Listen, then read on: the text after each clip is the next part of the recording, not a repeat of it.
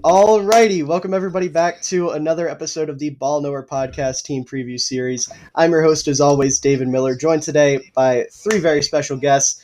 Up above me, we've got Darien, also known as ChillTakes. To the top left, we've got my guy Dominic, also known as Between the Tackles. And then to my left here, we've got Johnny. So first of all, guys, how are we all doing today?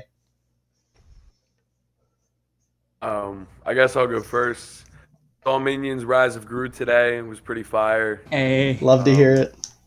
I'm pretty stoked for the Birds. Valid. I guess I'll go second. I'm doing pretty good. Chilling right now. Happy to be on this podcast with y'all boys, man. And yeah. Awesome. Yeah. I'm doing great. I did some painting today. Excited to just go on this podcast and talk about my birds. So, Awesome. I'm excited. Awesome. Love to hear it. Real quick, before we get started here, I just want to let everybody know we spent about, I don't know, what's it been, like 30 minutes now behind the scenes trying to get this shit started, and it just wouldn't work. If you've been following me on Twitter, you know I have had the worst technical difficulties with the last couple podcast episodes, but we're trucking through it. We're going to make it through it, and at the very least, you'll get some quality audio. I can't guarantee the video will be all right, but the audio is going to be there. So we'll just go ahead and jump right into it with the Eagles. I think the best place to probably start here, since we're coming off the offseason, is just to talk about the draft. And you guys absolutely hit it out of the park. At least those first three picks. Oh, my Lord. Dominic, I can tell you're excited. Why don't you just go ahead and start us off? Well, it's not even the picks. I mean, on draft night, acquiring A.J. Brown was already a win for the team, considering we haven't had a great wide receiver since Jeremy Maclin. And I know Devontae Smith is an absolute dog. But getting A.J. Brown just made my night. And then getting Nakobe Dean in the third, a new center for that offensive line, I was just beyond happy with Howie Masterclass that evening. Mm-hmm. Yeah, it was pretty spectacular to see that happen. The whole night was just a win for Philly in general. You had like 30, like as the draft started, you had the Sixers closing out the playoffs, and then you go into the you go right into the draft, and then you get Jordan Davis, who's like Fletcher Cox 2.0. He's just like he's not human. Like the way he moves at his size and how just a freak athlete he is. And then the A.J. Brown trade happens, which kind of threw us all off because I don't think we were expecting a trade of that caliber to happen. Not on draft night. Not on draft night. No. And then Cam Jurgens, like to see like Jason Kelce that excited about that guy was just it made us feel good, even though like I wanted Nakobe Dean then because I thought he was going to be taken in the first round. So I think we got him like what, the third or fifth round. Third. Nakobe Dean, we got him in the third. We got him in the third, and I'm just like I just assumed we weren't getting him, so I kind of tuned out, and then I'm like, oh snap. So like our defense got so much better alone in the draft, as well as our offense, and we're just set so well up for the future with this draft. It's amazing to see like the turnaround of the organization in the past 2 years has been amazing. Yeah, as a Jaguars fan, it was definitely nice to see y'all put together this nice little draft class. I mean, Howie Roseman, I think, is y'all's GM or owner. He's a GM? GM. I mean, he was the butt of all jokes leading up to the draft, man, and he was going off, man. I mean, he addressed the linebacking room with Nakobe Dean. He got the big trade in A.J. Brown. I love the Jordan Davis pickup. And also, I think Johnny mentioned the pickup of the center of Cam Jurgens. That's his name? Mm-hmm. Yeah, Cam Jurgens. Yeah, I remember watching an interview after Cam Jurgens was drafted, and they were asking Jason Kelce about like how he felt about his possible replacement.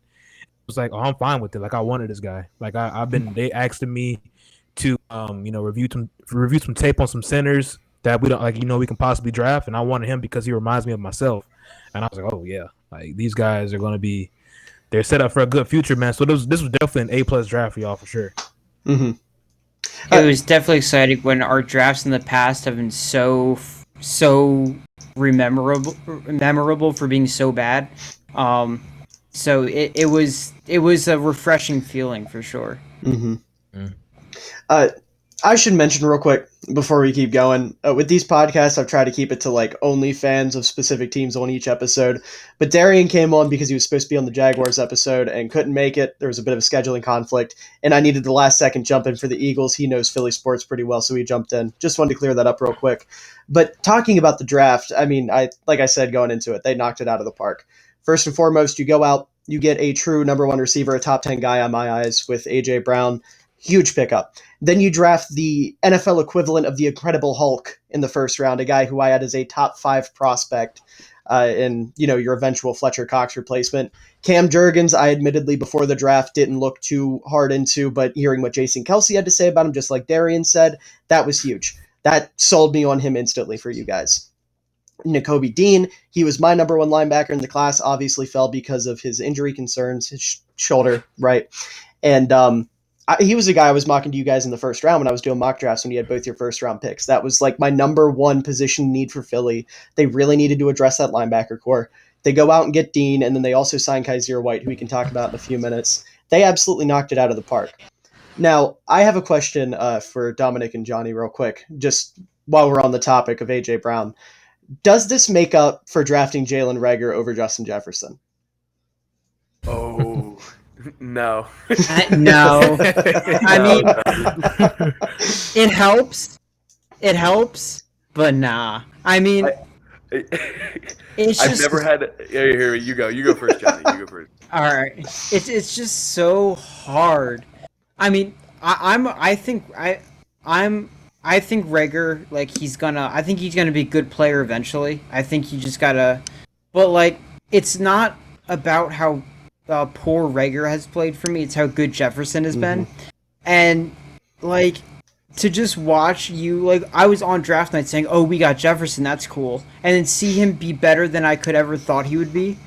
It's just every time he breaks a record, I just like. So like getting AJ Brown is cool because like okay we have one of the best receivers in the league, but like at the same time I think you would rather have a Jefferson on your team just because like he's been healthier, he's still younger, he's great, he's amazing. But AJ Brown he's gonna be great, so it helps, but that's always gonna sting a little. Mm-hmm. Sentiment, Johnny. Like I've never had a love-hate relationship with a player as much as Justin Jefferson because every time that dude succeeds, I'm just reminded of the fact that he could be doing that in an Eagles uniform every weekend. And not to mention the fact that Jalen Reagor has had his moments where he's dropped balls in the end zone and stuff like that, which is just I'm constantly reminded of it because he's so successful and Reagor's not. But yeah. Hopefully the future will pan out for that young man, and maybe he'll be great. Right. I hope so. I got one thing to say. Don't feel too bad because we drafted Justin Jefferson's teammate before Jefferson and Kayvon Chason, outside linebacker. He has 2 more sacks than everybody in this video. So don't feel too bad. That guy stinks. That guy. Oh my lord, man. No disrespect, but. Yeah, we drafted Kayvon Chason before. Yeah, but hey, I would have had Jalen. I would have wanted Jalen Reagor before Kayvon Chason. Hey, listen. On the bright side, now you've got I'm completely blanking on his name. Jason's replaced with the first overall pick that nobody's talking about. Yeah, Trayvon Walker. Now you've got Trayvon Walker. Do you like him at 1? Did you like? I know this isn't Jaguars thing, but did you like his pick at 1? I'm warming up to it now. As the season gets on, I kind of have no choice. But at the time, I did not. No, I really wanted Aiden Hutchinson. But see. I mean, we'll see. Yeah, Walker was in like mini camp and training camp starts here soon, so we'll see. Yeah, he wasn't the worst pick in the world. Yeah. I can't believe I just completely blanked on his name like that. I feel like an absolute dumbass. But like, he's like the least talked about first overall pick ever. Like I have not heard a word about that man since the draft. Whether positive or negative. The Jaguar, before the draft. Like the only appeal to him was his physical attributes. Mm-hmm. And other than that, he wasn't really a refined pass rusher. He was a former interior defensive lineman. I actually made a video talking about how like misevaluated he was as a prospect because he was sold as an edge rusher and he wasn't really what we consider an elite pass rusher off the edge. He was just a gadget guy on defense. He's a fantastic run defender though. At least you got that going for you. But he does. That's good. Yeah, I don't want to turn this into It's Jaguars all right. talk. It's okay. Yeah. It was a very Jaguars pick, you know. I mean that with respect. I mean that with respect, but like, you know, again, I don't want to turn this into Jaguars talk, but Dominic's right. He has to completely like redefine develop his entire pass rushing moveset because he has nothing there. Like if he can't bull rush, he's not going to do a damn thing. And that it's just not going to fly in the NFL. But, you know, he's got Josh Allen to learn from, and you've got Arden Key there, who's at least a solid mentor, and who knows? He's a solid mentor. He's not a great ball player, but, like, he's been around the block a few times. Maybe you can teach him a thing or two. I'll put it this way. I should have kept my Trayvon comment to myself. Y'all going crazy right now. Listen, he's got a more refined skill set as a pass rusher than Walker, so like maybe you can teach him a thing or two. Who knows? But back to the life of a Jaguar fan. Pick a better sports fan than a Jaguars fan to add to this episode because they have Doug Peterson now too. True. Like, True. Oh my gosh, this is crazy. I love Dougie. This is crazy. He's gonna be great. I mean, I'm so excited for him and Trevor. I really am.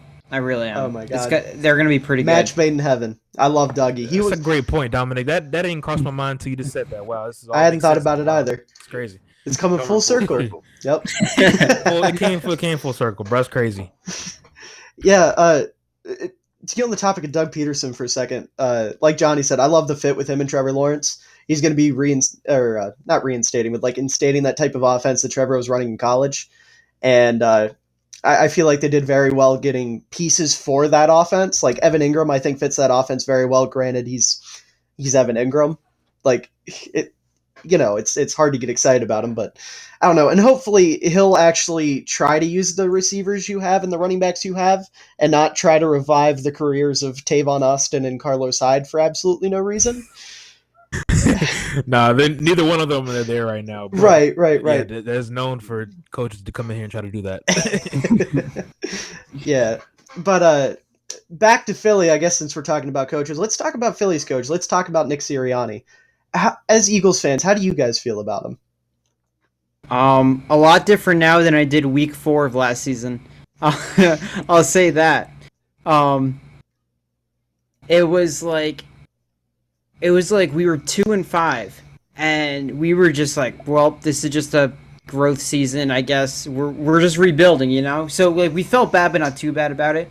But then this like Nick Sirianni, like he was like before he was doing the rock paper scissors thing, which I thought was fun. But then it was just getting out of hand when we were losing.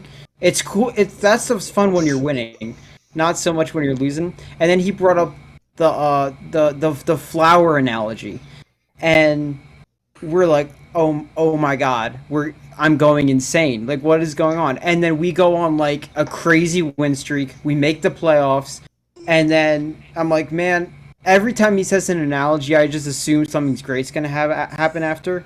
He's just, you know when you like on Madden, you have the different coach traits, and it's like the motivator. He is that coaching trait.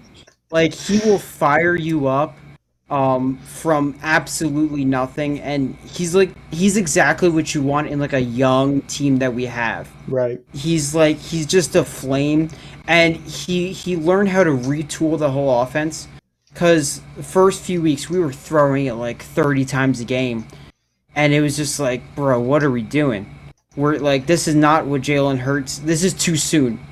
And when you flip it around and you start running, you just start handing the rock off, and we get the number 1 rushing attack when we didn't run it at all. It just, to adapt like that, it's so unusual for a coach. So that's how we knew we kind of got someone good in him. So I really like him. I think he's going to be great. He's going to continue to be great. Hold on, I got to ask, what is the flower analogy? I completely missed whatever that is. It was like a press it was in the press conference, and they were asking about his struggles, and he's like, "You have to water. We're trying to water ourselves every day.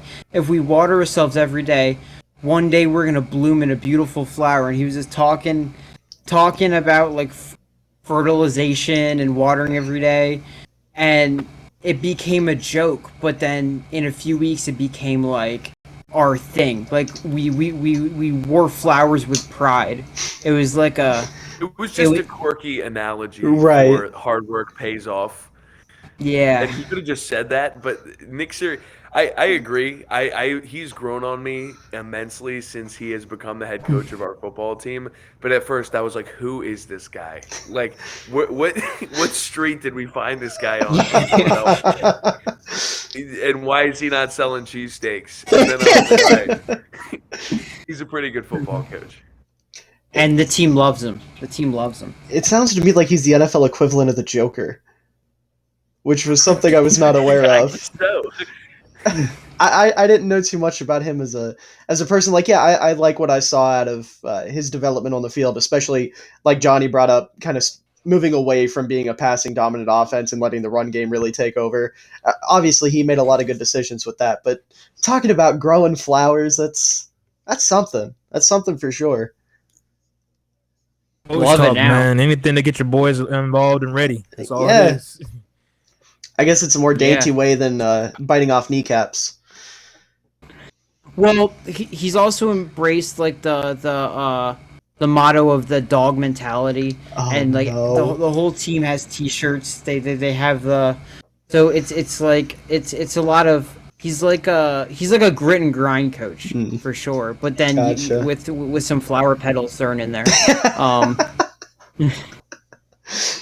Interesting. I love it. Interesting. I love it. Okay.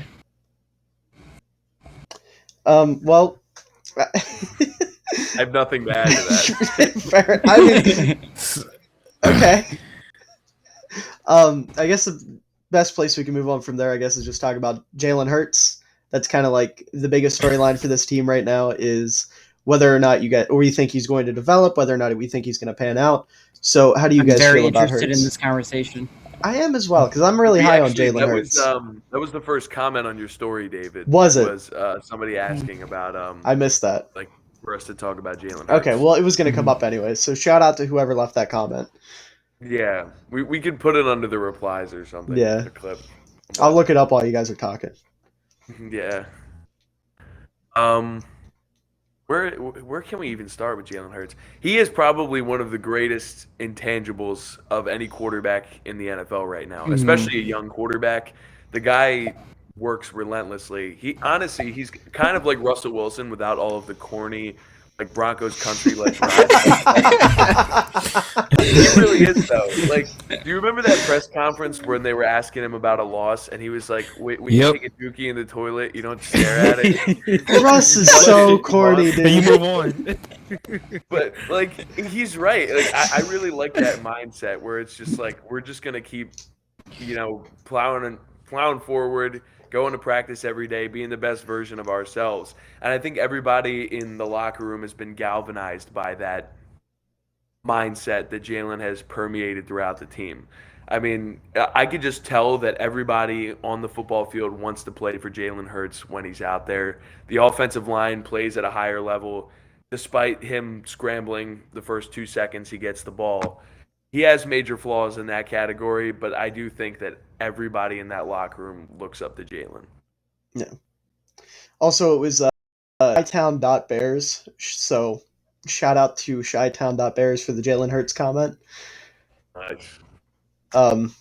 But yeah, I'm a Hurts believer. I'm definitely a fan of Hurts. I think first of all, we saw it on full display last year. The amount of talent and versatility he adds to your running game is huge because you have one of the best offensive lines in football. You're going to want to run behind it, and your running back room. And I don't know if you guys will agree with me on this or not, but it isn't super impressive. So it pays to have a quarterback that's really, really good with his legs and can get touchdowns like Jalen Hurts can, and can get out of the pocket and do things with his legs like that. His arm, I think, is a little bit underrated. I think he's got a little bit of strength in there. I was just about to say. And he can hit a guy. It's not like he's going to completely sail every throw downfield like some people want to act like he does. He can hit his open guys. He can make the throws when he needs to. He needs a little bit of polish, but I think you guys have a franchise quarterback in Hurts personally.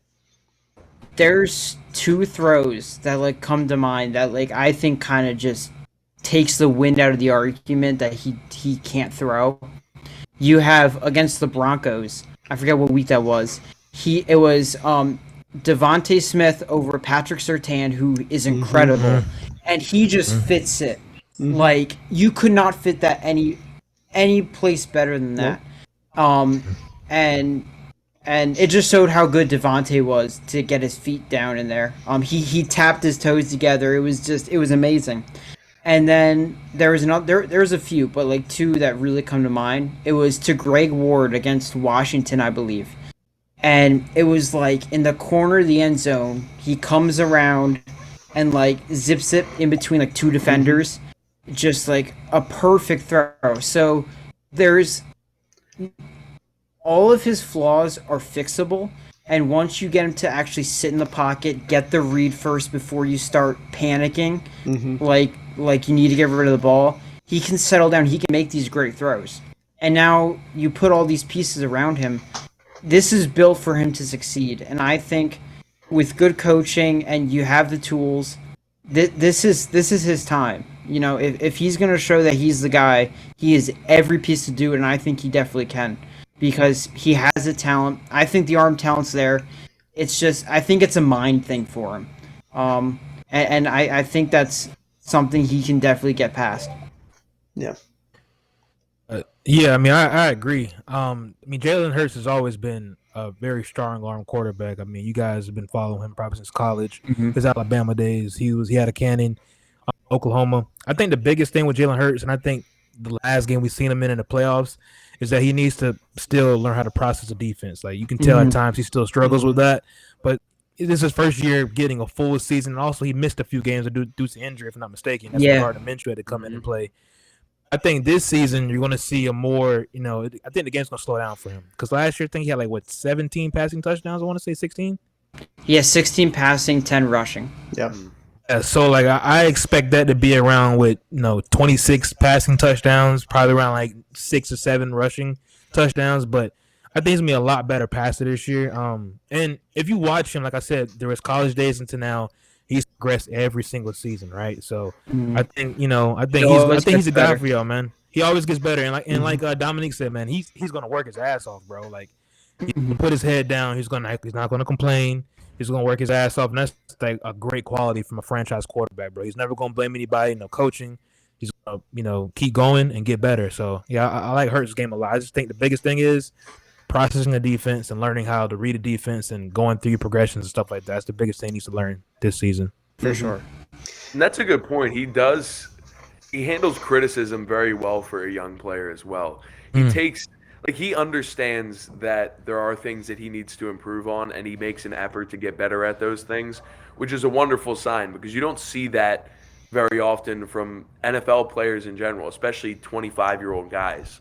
Immediately they start pointing fingers at other parts on the team. He could have easily just blamed it all on the receiving core or said, oh, I don't have a running back, or at least an RB1. He could have said so many different things, but instead he was just look, we're going to get better. He made no excuses and still made it to the playoffs.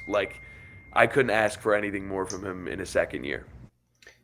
And like you just said, he's been battle tested, man. This is the same guy's been benched by Nick Saban, right? Had to come in an SEC championship, win a game for them to get to a championship, right? He wasn't the ideal second round pick when they were drafted to the Eagles. He had to sit a little bit. So he's definitely been through a lot of things, man. So right now I don't think anything can phase the kid the young man. He's good, man. He's solid.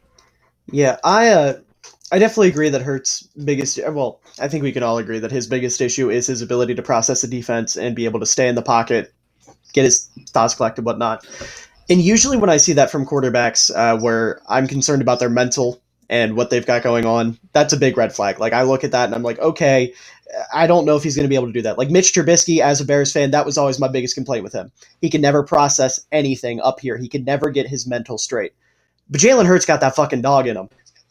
He's not somebody that I'm worried about with that at all. Like you guys keep saying, he's a hardworking guy. He knows what he needs to do. He's going to go out there and do it. He's got everything else you want in a young quarterback. And now that he has a top 3 offensive line in front of him, he has a completely rejuvenated receiver core. He has nothing left to worry about. He does not have to sit in the pocket and worry about, oh, I can hit this guy, but he's not going to make that catch because he sucks. Or, oh, this guy isn't going to get the separation I need him to. Or, oh, this edge rusher's coming off. He's going to get to me in 0.2 seconds. He doesn't have to worry about any of that. All he has to worry about is keeping himself in the pocket, keeping everything up here clear, and I think he's going to be able to do it. And if he can do it, like I said, he is the franchise quarterback for Philly. He is the future. He is that guy, and I have nothing but confidence in him. I'm a huge Jalen Hurts fan. Love the kid. I think he's going to be fantastic.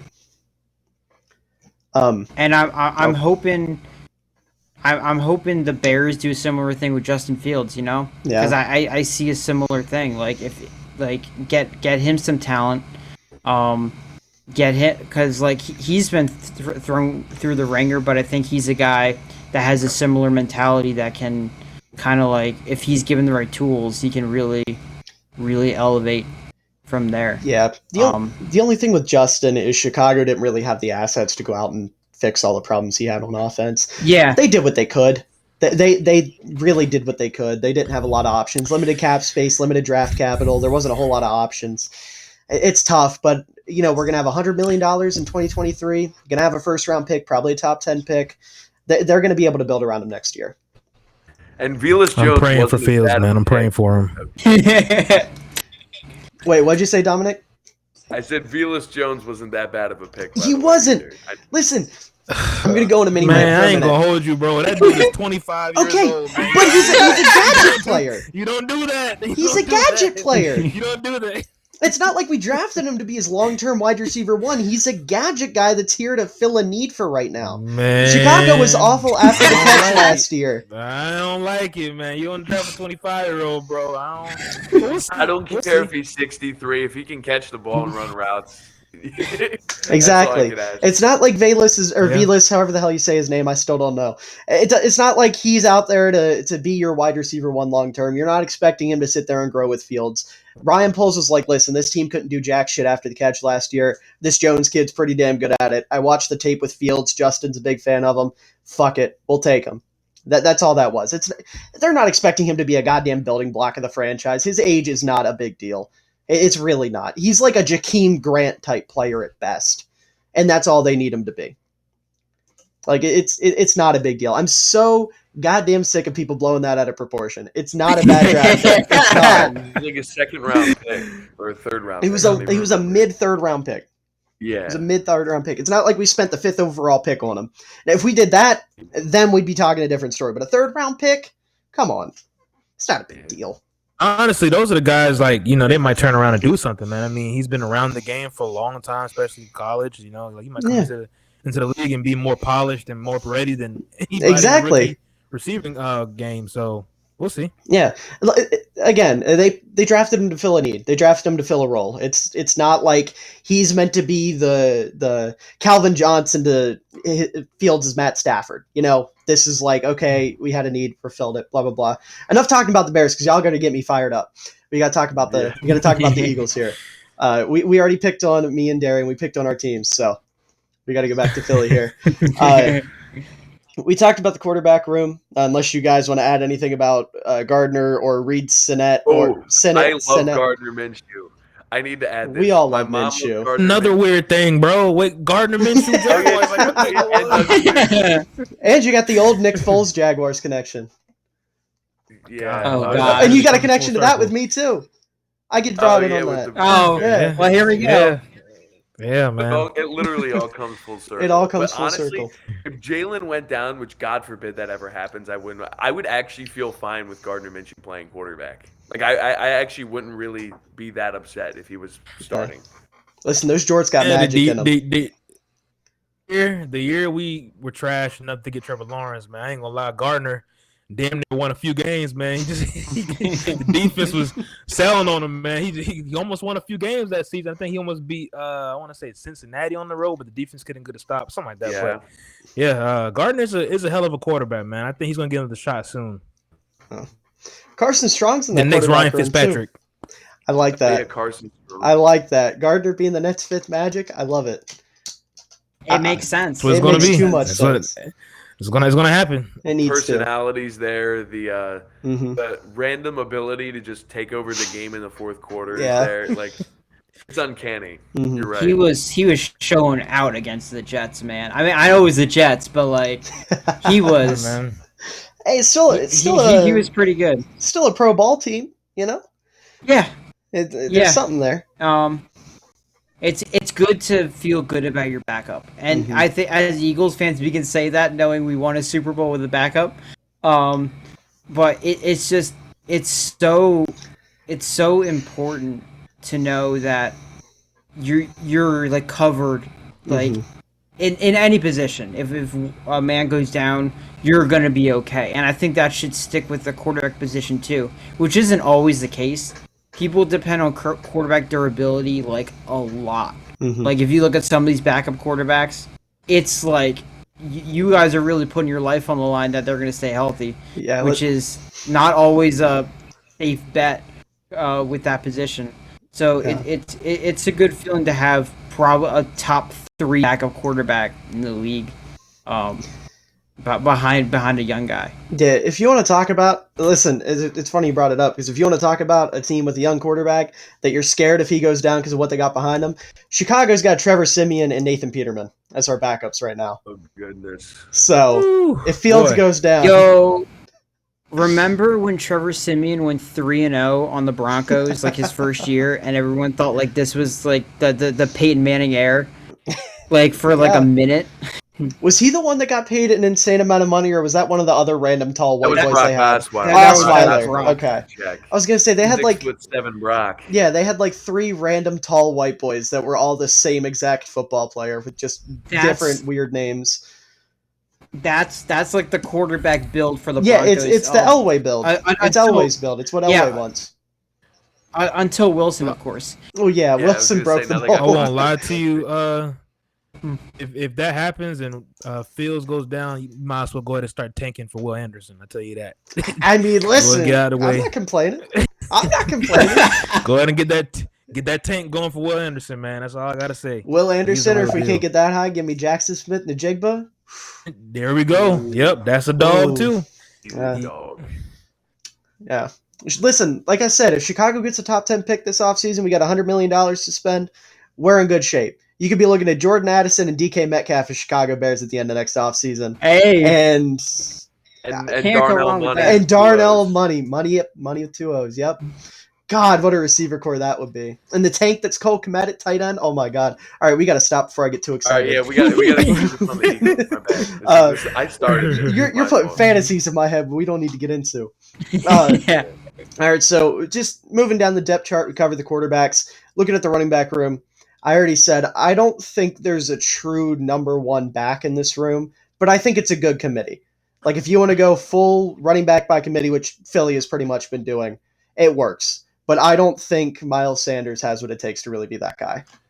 I think he does, but if he has not been healthy. Like there has not been a long stretch where he's been healthy. But when he has been healthy, dude, I genuinely believe he's a top 10 back in the league. I genuinely believe that if he stays healthy week 1 through 17, he's one of the top names out there. But the thing is, I can say if he stays healthy, but we haven't seen that. I'm a big Sanders fan. He's a big play guy. He's one of the top receivers at averaging the most yards of play. Like he usually averages like 7 yards or 6.5. It's an insane number. It was funny last season. He looked not good last season because when he was healthy was when we were the all-pass team. And he got hurt, and we started the all-run team. So then he kind of came out, and we already had like 5 backs going. But yeah, we don't have a lot of sexy names when you're looking at the backfield. Like we got Boston Scott, we got Kenny G, sweet chin music. Kenny G. Kenny G's gonna be really good. I think he could emerge as I like Kenny as Gainwell. the one. He's like the prototypical third down back. Like that is what you want in your pass catcher, but he can still run inside zone. Like he's versatile. He's not going to get 30 touches a game, but he does what you need him to do. Right. He scores the ball. He scores the ball, man. I think he might be our number one red zone target for running back this year. Yeah, I agree. Yeah. Yeah. Yeah, people knock on Sanders saying he had no touchdowns. It's like because we didn't use him then because we had Kenny Gainwell. Like that's it. It's a thing about a committee. You can't just look at the stats when you're talking about like we've really never been a team that's had like a number one running back since LaShawn McCoy. Unfortunately, we traded him for Kiko Alonso. One of the low points of my life. I forgot that happened. Hey, you had Chicago Bears legend Jordan Howard there for like 2 years, who did absolutely nothing. I showed up last season. He spawned out of nowhere. I thought he was great last season. He was great. And, no, we're gonna bring back week 8, and he's gonna have he's gonna play. Should just start playing him at fullback. 70 honestly, yards on 8 carries. Yeah, like when we need him, we call him up, and he's great. So if we always have Jordan Howard's phone number on speed dial. And then Boston Scott, you only need him for 2 weeks because every time he plays the Giants, he's like the best running back in the world. So it's just you have all these guys that do many different things. So like it doesn't look great, but it's like again we had the number one rushing attack last year for a reason. It's we used them correctly, and it kind of made like one super back. Just all these guys because they were Nick Voltron backfield. Knew how to. Yeah, they just knew how to use them. So we don't need like 1,000-yard rusher, the one guy. So it's not going to look great on paper, but it's going to produce. It will produce. And then you have Jalen Hurts who can be a 1,000-yard rusher if he wanted to. But he'll be like a 500, 700 guy. Yeah, Johnny, I will push back though. So I do think Miles Sanders has all of the physical attributes it takes to be an RB1 in the NFL. My problem with him as a running back, watching his film as a former offensive lineman, he has horrible vision. If he is in a zone run scheme, he cannot find the holes, and he's not patient enough to find the holes. When we started running more power run schemes and stuff where the hole was made for him, if it wasn't there, he could bounce it outside. When he had one read and he could just go, he was perfect. Or when it was, read option, and if the defensive end bites, Jalen can keep it. When he's set up for success, he can be a really phenomenal running back. The problem is if the hole's not there, it's a 0-yard run, and then we pull him, and then we start using the other backs, and then he doesn't get in again until 2 drives later when we, start giving the other guys some rest. But he needs to improve his – that's more of a football IQ thing. I don't think that that's a physical thing at all. But I just don't think that he has, from what I see from other great running backs like Ezekiel Elliott, Jonathan Taylor, the ability to read a defense, find a hole, and then cut and hit the hole. He just doesn't have that right now. Yeah, I think you make a good point because thinking on like his big runs, you had Jason Kelce run with him. Yes, exactly. Which is insane because centers don't do that, but he will run the length of the field with him and block ahead of him. So that's why our offensive line is so important because when you have guys like that can unlock those runs for him, he becomes dangerous, and you need that. And I get you need that. So yeah, he struggles with that.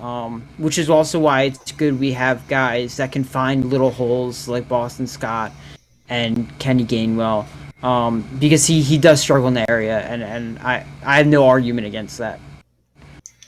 I think it keeps him outside of the top 10. I think he has all the intangibles, like Dominic said, like he has it all. But he's the prototypical running back for the day. He can receive out the backfield as well. But when it comes to that vision, not to throw another Jaguar, side out there, but that's why Leonard Fournette got cut because he could not read a hole to save his life. That's why he struggles in Tampa Bay sometimes too. Like he has no vision, right? Unless the hole is wide open, he's not getting anywhere. So that's the big thing, man. And honestly, like how you really fix that is the film room. Staying with your running backs coach. That's really all you can do, man. Because if anything, like it's something he might not be able to really improve on. But to stay in that film room, it might change. Hey, sure. maybe year 4, he has that experience. It's so hard with running backs. As the years go on, it's like you only get like 5 good years out of running back for real. Go ahead. Oh, my bad. No, go ahead. So that's a great point because like as years go on, you're not really relying on your athletic ability. That's when the IQ kicks in. So like if he doesn't have an IQ, in year 7, then he's looking at himself being out the league. You know what I'm saying? So it's a harsh reality on the running back position. It's such a replaceable position. Yeah, I think Dominic absolutely hit the nail on the head with Miles Sanders. That's my biggest issue with him as well. He can't hit a hole to save his life. He can't read the offensive line whatsoever. And like you guys said, running back's an extremely replaceable position. And if you can't rely on your football IQ, you have to rely solely on your physical traits. You're not going to get very far. And kind of like Darien got into, I hate to bring in a player from my team, but David Montgomery is such a good running back. And if you notice, he's not a super impressive athlete. It's all in here. His vision is incredible. He's one of the smartest backs in football. Yeah. And that's a big reason why, even though running backs are extremely replaceable, I would be all for Chicago extending Montgomery. They got the money. He's a guy that's going to continue to play at this level. He's going to continue to do well. Whereas a guy that you brought up, or a guy that you guys were talking about earlier, Jordan Howard, he didn't have that. And that's why Chicago was so willing to move on from him so quickly, because his vision was not there. Chicago was pretty much a power running team when he was on the team. They had a great offensive line. He was just kind of running straight up the middle every single play, and he got the big frame. He could kind of bully guys off of him. But to be an elite running back in the NFL today, you need to have a little bit of everything. And if you don't have that vision, it's not going to work out. It's not going to work for you long term. Like, I think Sanders is a good home run hitter. I think if you bring him in here and there, kind of like a Tony Pollard situation where he's your RB2 coming out and just you want him to hit like I said, a home run hitter every single time he's out there. Absolutely, he can do that. But he's never going to be a guy you can rely on 3 downs out of the drive, or 3 downs out of your 4 downs to be that lead back, to be that guy to really carry you. And like you said, you have a running back by committee, so it's not as big of a deal. And you've got Kenny Gainwell, who I like a lot, and Dominic said perfectly, he is the definition of a 3rd down back. So it's fine for now, but once Miles Sanders, once contract time comes, which I don't know how much longer he has on his deal, it's going to be an issue. 1 year left on his rookie contract. Right, so he's going to be somebody that's going to get replaced. I don't see him staying in Philly long term. I can imagine they'd keep him around. And I have his jersey, so it pains me. Listen, I have David Montgomery's jersey. I like I said, I want Chicago to keep him around, but the idea of him not staying around seems very likely, which scares me. But that's the unfortunate reality of being a fan of running backs today. They're just such a replaceable position, unfortunately, because nobody has it all. But Saquon is a prime example, man. Yeah, I mean, and that's another thing with Miles Sanders. Just, sorry, go ahead. I was just saying, like, Saquon, like, his first year, it's like, he's going to be one of the best players in the league. Like, that's how dominant he was. And then that one injury, man. Yeah, he can't stay healthy, and when he is, he's not seeing it right, and he's not able to. Well, his line is absolute garbage. That is true. We play them twice a year. I've seen us tear them to shreds. Yeah. Yes, he's not getting any help from them, which is why you don't take a running back second overall. It's exactly why you don't take a running back second overall, because if you don't have the line to field him. Yeah, I mean, in their defense, he was like a generational prospect. But if you don't have the line to field a running back like that, it doesn't matter. But I was going to say that's... Especially when there's like... Oh, sorry, go ahead. I was just going to say, especially when there was really, really good quarterbacks in that class. You go ahead. I was going to say, that was kind of my other thing with Miles Sanders. It was touched on a little bit, but his durability is very questionable because he's not a big dude. He's what, like 5'11", 211 or something? He's not that big. And if he can't stay healthy, I mean, you can't have a beat up running back. You can't have a running back that's getting hurt every 5 seconds either. So that was just kind of to add on to what I was saying earlier. I don't think he's the answer for Philly long term, and I don't think he'll stick around long term. But unless we want to say anything else about the running back room, I noticed Jason Huntley didn't get any love. Nah. Hey, I love Jason Huntley, man. Against the Cowboys, Week 17, man, he was. Yeah, I mean, like he did what he could. I mean, we took all the starters out of that game. It really wasn't a good opportunity for him either. Quick note on that game. Like I see people like use that as like an argument on why the Cowboys are better than the Eagles, and I'm like, did you watch that game? They're like. The only starter that played was like Jason Kelce for one snap so he could keep his streak going. And then it was like Devontae Smith so he could get like 900 yards or whatever. That was it. And it's like people are saying this is why the Cowboys are better because you saw Week 17, the Eagles got beat by 30 points. I'm like, I was playing in that game. Like what? and you know what was classless is that the Cowboys kept their starters in, and they were running up the score. They ran up the score. It was so classless. Yeah. I was gonna vomit in my mouth. It's Dallas. What do you expect? Listen, on the bright side, you guys got a lot better this offseason, and Dallas got marginally worse. So you can take pride in that. True. Like the only argument people have of Cowboys over Eagles is Dak Prescott, which is like. I don't even know how much longer that's going to be a thing. When it matters. Well, and CeeDee Lamb and Micah Parsons. They're a good team. Yeah. You can't. No, yeah. Oh, no. They're a great team. That's not like Parsons he's going to be like the best defensive player in the league like for a long time, I think. He's just that good. Yeah. But it's when when I'm hearing the talking heads on TV, which I know you take with a grain of salt because they just don't really know like the details that like people like us would know. They'll start throwing out the quarterback and then the running back and then like 2 wide receivers, and that's their plane. And that's the whole team according to talking heads on TV. Quarterback, running back, and your top 2 receivers. Rest of the team doesn't matter. That's why we don't watch ESPN and stuff like that. It's just become who can say the dumbest shit possible to get the most clicks on Twitter at this point. None of it matters. It's a complete joke, unfortunately. It really is sad what the mainstream sports media has turned into, and I could talk for hours on that, but obviously we keep getting off track. We got to keep talking about Philly here. For Philly fans, you guys really seem to not want to talk about Philly. It's surprising. Well, it's just like every time we talk about something Philly, it always leads down a spiral because somebody's either leaving and doing well somewhere else or the opposite. We're so connected with the whole league, man. Yeah. Philly's just the hub at this point. But moving on, continuing down the depth chart, we got to talk about these pass catchers because this unit is fantastic. It's a fantastic group from top to bottom. And we kind of already touched on a couple of them with A.J. Brown being a huge addition, top 10 receiver in football. Jalen Reagor is Jalen Reagor for now. We don't know what he is other than the wrong draft pick. And obviously Devonta Smith had a fantastic year. Oh, do you want to say something, Dominic? David, can I add a question into this? Oh, okay. I like where you're going. Go for it. So we already know who the receiver 1 and receiver 2 are going to be. I don't think that is an argument. Who's going to be the receiver 3 for the Eagles? There's 3 guys. There's 3 guys that could be it. I think it's going to be Watkins. Personally, I love Watkins. I think it's going to be Watkins. I'm a Quez Watkins believer. He's him. But Zach Pascal's a sneaky good addition. True. He's had some good moments in Indianapolis, and he can be a solid 3-4 guy.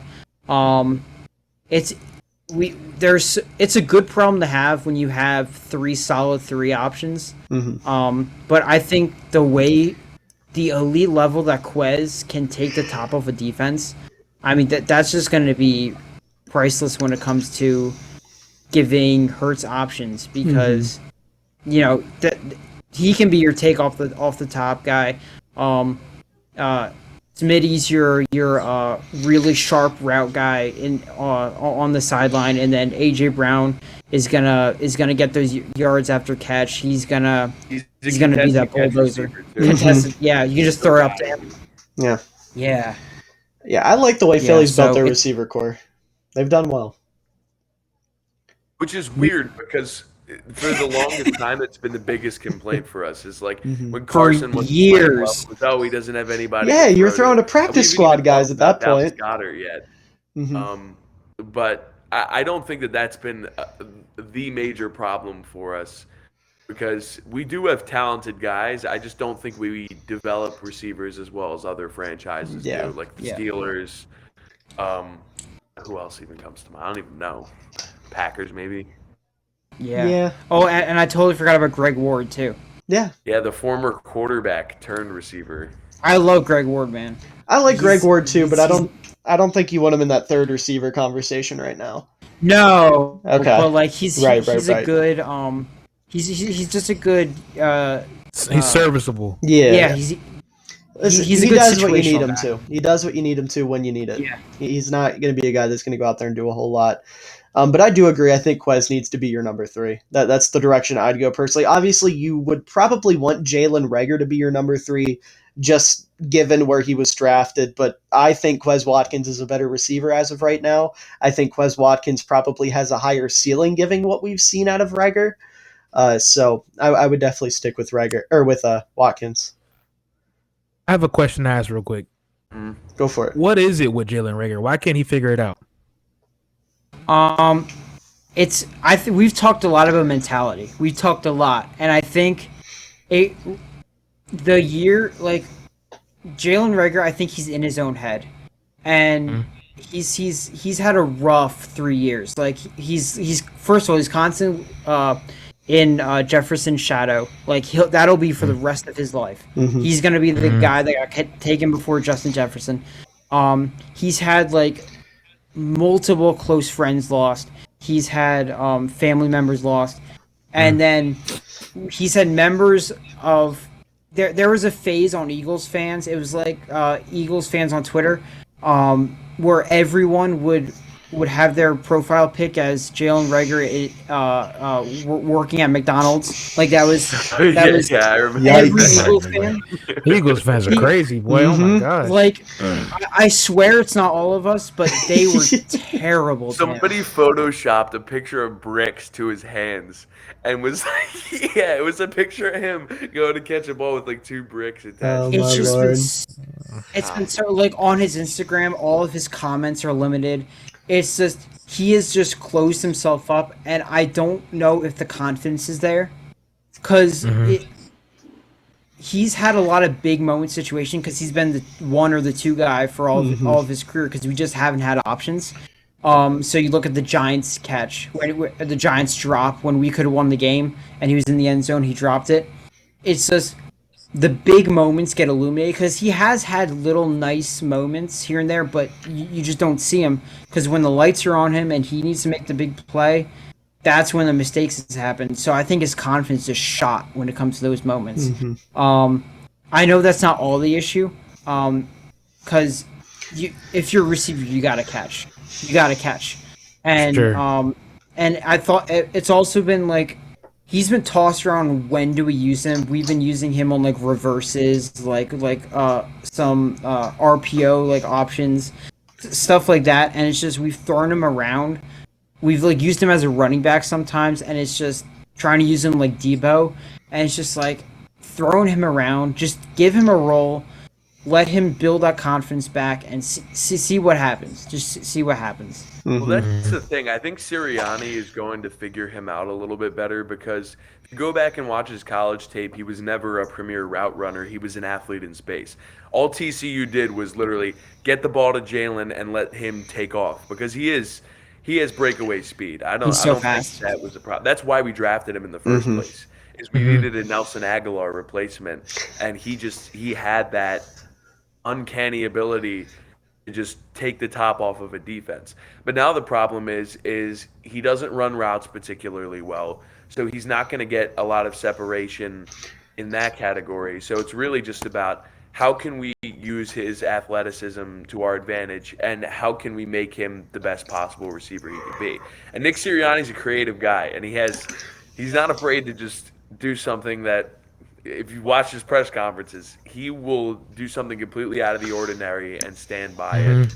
And who knows, we might see Jalen Reagor in the backfield, Debo Samuel style. Jalen Reagor, fullback. Yeah. Listen, 20 pounds. That was a DN, wasn't he? I'm not sure. So. I'm just saying. Listen, Philly doesn't have a fullback right now. They need one. Jalen Reagor can be the unsung hero. That position is long gone, man. The game is too spread out now. Fullbacks got the Watt brother hanging around, man. But once he's done, that's it. David on suicide watch. How dare you? The fullback position is deceased, my friend. I'm trying to tell you. Okay, hold on. I got a bone to pick with you. Listen, okay? It is not. Believe it or not, it's not. Okay? If you look... Is dead. It is not. I knew it was coming. Tell that to anyone running a Shanahan-style offense. Anyone taking inspiration from Kyle Shanahan for these wide zone offenses. Tell them that. Because they're all using fullback. Chicago just picked up a fullback for the first time since 2018 because they're switching to it.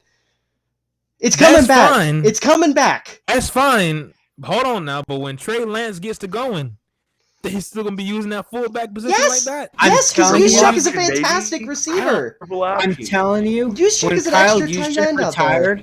When Kyle Juszczyk retires, that's going to be it. No, it's going to be it. He's a unicorn. He's fantastic. He does a hell of a job. And receive. He can block. He's a unicorn, but there's guys who many people built like Kyle Juszczyk. There's guys in the league doing what he does, just not to the same level. There are. I'm telling you right now, there are. Not Johnny Stanton. I'm talking like C.J. Ham, Alec Ingold. Keith Smith has been a huge part of the Falcons' offense. But let's be honest. They are the what's it called on punt? The guy who does the cadence and then protects the punter. They're coming back. The long snapper? The long snapper. I mean, they are that guy. They're coming back. They're making a comeback. I'm looking forward to it if it is. I will just watch. Listen, I'm not going to do it here because we really got to talk about the Eagles. But I could go on an hour-long rant about why they're coming back. I have full faith. Okay, I believe in it. I fully believe in it. I am out here trying to convert people to believers, and I've. Hey, I respect it. I respect. Listen, they got mad at Jesus when he told them the truth. Who's to say I'm not telling you the truth? Jesus of fullback. Who's to say I can't be? I got the beard. I got the beard. I got the long hair. He is the fullback Messiah. I'm just putting it out there. Gospel, the fullback. He is preaching it. But I guess on the topic of people that block, this is a good opportunity to segue to the O-line, which I love. True. This is my favorite part of that. The offensive line has been fantastic for like years now. Mm-hmm. That's been like our thing. Like Howie will always make sure we have guys to step up because a thing that's been like on some of our down years in the past 5 years. The issue has been there's been injuries to the offensive line because we had old guys like Jason Peters, and we not only have a good top five, we have solid guys coming off the bench like Dillard, like I'm blanking on names. You could say Nate Herbig, but I don't think Herbig's great. But he's Jack Driscoll. That's the name I was talking about. I like Jack Driscoll. Jack Driscoll. So yeah, it's just like all of our five are like top in their positions. They're not all number ones, but they're all in the top echelon in their position, and that's our five. And then you got some depth, and then you got Cam Jurgens just waiting in the wings for I'm assuming this is gonna be Jason Kelce's last season. So it's just the longevity of the offensive line has been a priority, and it has paid off. Because the years we've been bad, we've been mediocre. The big points have been the defensive line and the offensive line, the trenches. The trenches is always like it's always going to be solid when it comes to Eagles, no matter how good the overall team is. The trenches are going to be set. And that's one thing that I commend Howie Roseman for is we've always had, front seven on the defense and front five on the offense. They've always been, if not average, above average for the past couple of years. And I'm here for it. Also, project guys like Jordan Milada, who was a 7th-round pick from Australia, never played a game of football in his life, now is, people are considering him a top 10 left tackle in football. I don't know how hot of a take that is, but the guy is, he's a mountain. He's 6'8", 343. Bro, he's a wall, man. He was a rugby player, I right? wouldn't pass rush against that guy. I wouldn't want to. Wasn't he a rugby player? He's 6'8" and can run. Yeah, he's rugby. Mm-hmm. You should watch his highlights. I need to go back and watch his rugby highlights. I've been the biggest proprietor of giving Milada the ball on the goal line because if you watch him play rugby, he would just stiff arm people into the ground. All I'm saying is if Milada started playing fullback, you're going to hear no complaints from me. I'm just saying. I'm just saying. That would change the game. That would actually change the game. That's how we bring the fullback back. We get Milada to play fullback, and then everyone else is going to be like, I want a 6'8" rugby player at fullback. And then they're just going to come back that way. Milada's the key. No, but I'm not trying to get him playing him at fullback. In all seriousness, though, this offensive line is incredible, and Milada has been a fantastic tackle. You said he was a 7th-round pick. I knew he was a late pick. I just didn't remember what round. He's incredible. He was a 7th-round pick. He didn't play snap of football. Mm-hmm. I knew that. He never played anything. It was crazy. So what's the deal with Dillard then? Is he just there as depth, or you guys have there been reports of them like trying to move him or anything? He's Jesse Bates. He's Jesse Bates. He's Jesse Bates. We're gonna throw him in a 2nd-round pick. We're gonna get Jesse Bates. Oh, that's what Lord. Andre Dillard is. Well, he'll be Jesse Bates. Goodness gracious, boy, that's a defense. Right listen. There will be no hole. That's our only problem. If you can't get Jesse Bates, if you can't get Jesse Bates, I'll give you Eddie Jackson for Dillard. Straight up. That's a nice swap. That's not a bad trade at all. Yeah. I'm very skeptical of Eddie. I'm very skeptical of him. Eddie is doo-doo water. I don't care what anybody says. He's a bad safety. But, like... Eddie's not good no more? No, he hasn't been since 2018. He hadn't forced a turnover. And, I don't want to base it just purely off his playmaking ability, even though that's kind of what his strength is. But he hasn't done anything since, 2018. Yeah. He can't tackle. He hasn't forced a turnover. Diggs of safeties. He's the Trayvon Diggs of safety that doesn't force turnovers. Yes. But no, he's awful. If you watch, I was getting older, man. But I thought Jackson was still hooping. No, he had one good year in 2018. 2019, he was kind of all right, and then after that, and in his defense, I give Eddie a lot of shit. But they've had to move him around a couple times and whatnot. But no, he's not good unless everyone around him is perfect at their job, and he can just kind of run around like a chicken with his head cut off, going after the ball. Ask you real quick. You said his last good year was 2018. Yeah. What you said? 2018, 2019, that range, yeah. Those last 2 years. Was Adrian Amos there in 2018? Yeah. Once Amos left, he fell off a cliff. Why. Yeah, exactly. That's my point. Why. If everyone around him is performing at a high level, because we had Amos, we had Kyle Fuller at that point, Prince Amukamara played well, Bryce Callahan. When you have everyone around him doing their job, he's going to be great because he can just run around after the ball. That's all he had to do. He didn't actually have to play safety. But once everyone started leaving, it was like, okay, Eddie, you got to step up and play the position. He was like, I'm good. I'll take my money and go. I'm good. He sucks. That's why Philly might be a good spot for him, man, because they already have pieces in place. I think if we didn't sign Tart, I'd be like, okay. I forgot Tart was there too. But Tart, his everyone's last memory of him is in the NFC Championship game dropping the interception. But he's solid. Yeah. He's very solid. He is solid. And then you have Marcus Epps. I think Marcus Epps is solid too. Is that where we want to go next? We want to talk about the secondary? Because I have great things to say about the corners, and then the safeties I don't. I think the safeties are I personally think they're underrated. I think they're underrated. I like think Tart. Anthony Harris is underrated. I don't think he's horrible. He's all right. I don't think he's horrible either. He's all right. I think it helps that our corners are so good and our defensive line is so good and our linebackers are so good. There's not that much pressure on them for real. Yeah. So although they're not great, I don't think they need to be great. So I think if they're serviceable, it's going to be fine. Yeah, I think you can get that's my serviceable hope, play yeah. out of that duo. I like Tart. I think Tart's solid, but I think you can get Anthony Harris to be at least serviceable. I think that's doable. Harris is pretty good for the Vikings too. He was. He was one of the best Harrison Smith. safeties. He was one of the best. At least PFF had him as one of the best grades. Yeah, but that's another thing you got to remember. Definitely He was was. playing alongside Harrison Smith. Harrison Smith was picking up a lot of the slack for him. Right. Like that's and now we yeah, go ahead. I was just gonna say that's kind of the thing with safeties.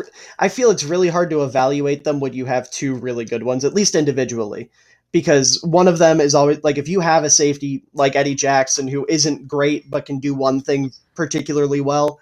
If you have a safety that can make up for it, he's going to look like a star. Like Eddie Jackson was an All-Pro in 2018, and now that Adrian Amos is gone, he's been god-awful. So it's kind of the same thing with Harris Smith.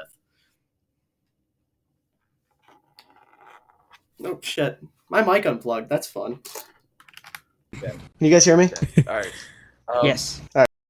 We've also been spoiled with safeties, by the way. Having Malcolm Jenkins and Rodney McLeod there for they've been a good 3 years. Like, I mean, Malcolm Jenkins, the fact that we let him walk, he was a cornerstone in that locker room, a guy that everybody looked up to. And although his physical attributes had deteriorated immensely, he just was still a guy that, like, I would run through a brick wall for Malcolm Jenkins. Oh, yeah. He's fantastic. Did he end up retiring? If he wants to... Yeah, he retired. He retired. Okay. Yeah, with the Saints this past. Saints fans were happy he retired. Okay.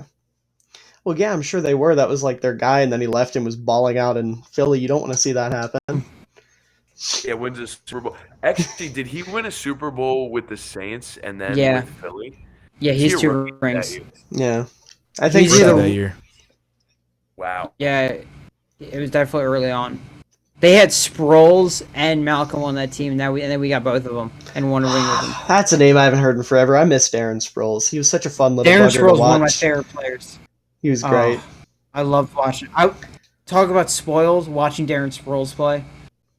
Darren Sproles is everything I hoped Tariq Cohen could have been. Unfortunately, he got hurt. Oh, but... man, damn, boy.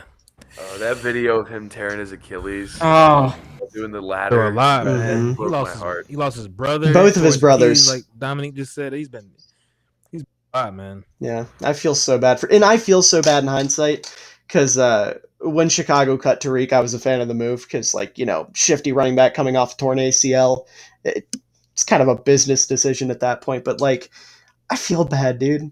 I really do. It's a tough part about football because you got to make the moves what's best for your team, but at the same time, there's a human aspect, right? And it's just hard. It's hard. Yeah, like it was the smart thing for Chicago to cut him, but man, I feel bad for him. I wish he was still in our payroll so he would at least be getting some. And he was stepping up for the Short Kings, man. Yeah. He was representing. Yeah, until C.J. Gardner-Johnson buried that in the playoffs. Oh, yeah. We were talking about in the Saints episode. That was brutal, dude. You don't do that to a man. You cannot look at a guy and go like that on live TV. You just can't. Sizing him up. He was sizing him another grown man up, bro. That's embarrassing. Oh, my God. I had to ask y'all about y'all secondary, though, real quick. There's a lot of great tandems in the league and corners. Where do y'all rank Slay and James Bradbury? Because Slay was phenomenal last year. I mean, at one point he could have been deep. He could have been DPOY last year. He had 3 touchdowns. Where do y'all rank? Yeah, where do y'all rank those two right now? Comparison to duos in the league. Probably 4. Slay's. Yeah. Like as a duo, they're probably top 4. I can get behind that. Yeah, I have probably the Packers ahead of them is a big thing. Byron Jones, Xavier Howard are about. Yeah. The Chargers I might have ahead. Yeah, J.C. Jackson, and I guess Asante Samuel Jr. will be their CB2, and he's a dog too. He'll be CB2 or 3. Yeah. Yeah. So they're deep there. So yeah, I have them I have as a duo top 5. Darius Slay on his own is top 10 lock for me, which is a hot take for some people. Which is I don't understand see how. I feel like he gets a lot of disrespect, but I mean he's getting up there in age, but he can He's still balling. He's still Because he balling. was playing in Detroit. Yeah. Like, no offense to Detroit, I love them, but I think everyone loves the Lions. I mean, he's been a dog since he's been in the league. Mhm. Then when he finally got on a bigger stage and a more recognized team in the league, like people realize, oh, this guy can still play. Like, Yeah. I think he's like 30 years old, and he was a pro.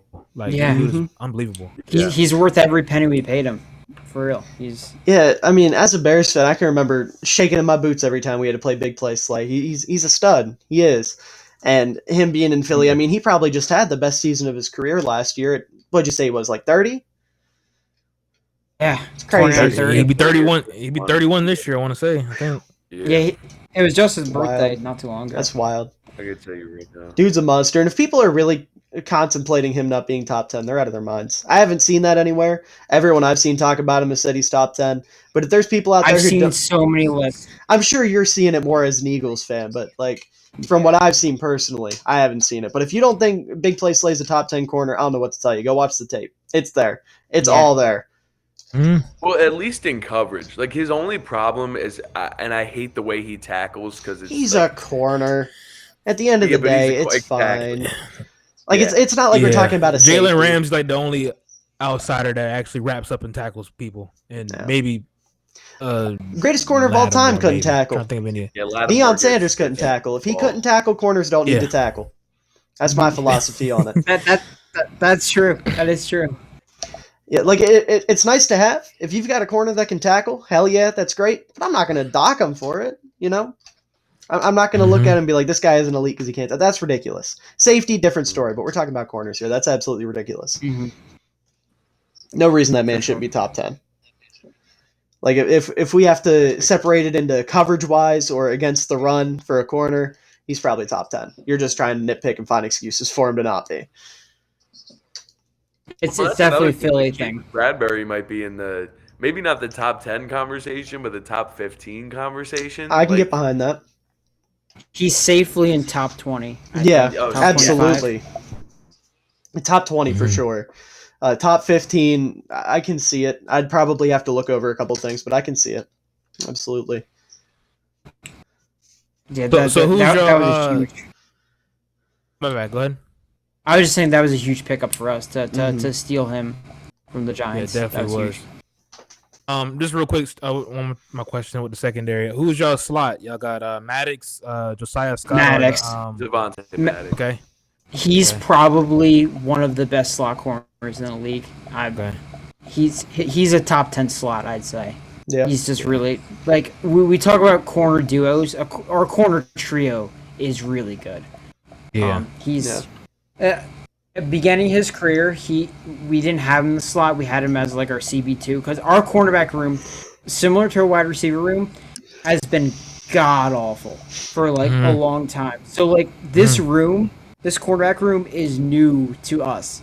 To have this good of a cornerback room, so he was playing as like a CB1 or 2. And it was just not. It was just not. Yeah, we had Trayvon LeBlanc in the slot back Oh when he was. my lord! Hey, that's another my Chicago guy. connection right there. Yes, it is. Trayvon LeBlanc. He's got that dog in him. He might not be great, but he's got that dog. No, let's not give Trayvon LeBlanc that much praise. He does not have that dog in him. Dog in him. Hey, that one playoff run, in I want to say 2018, 2019, he showed up when all of our guys were hurt. Don't remind me of your playoff run in 2018 to 2019. I don't want to hear about it. My fault. Listen, speaking of which, off topic. I got 2 bones to pick with you guys real quick, just while we're kind of stalled here. Number one, why did you trick the league into thinking Trey Burton was a good tight end? Why would you do that? He is. He was solid. After he left Philly. He was a good number 3. Exactly, he was a good number 3. And then Chicago was like, you know what, we're going to pay this man $80 million to be our number 1. And he never did a damn thing. He was a little older. He sucks in Chicago. Dude, I don't want to make fun of mental health, but like this dude missed half the season because he was anxious.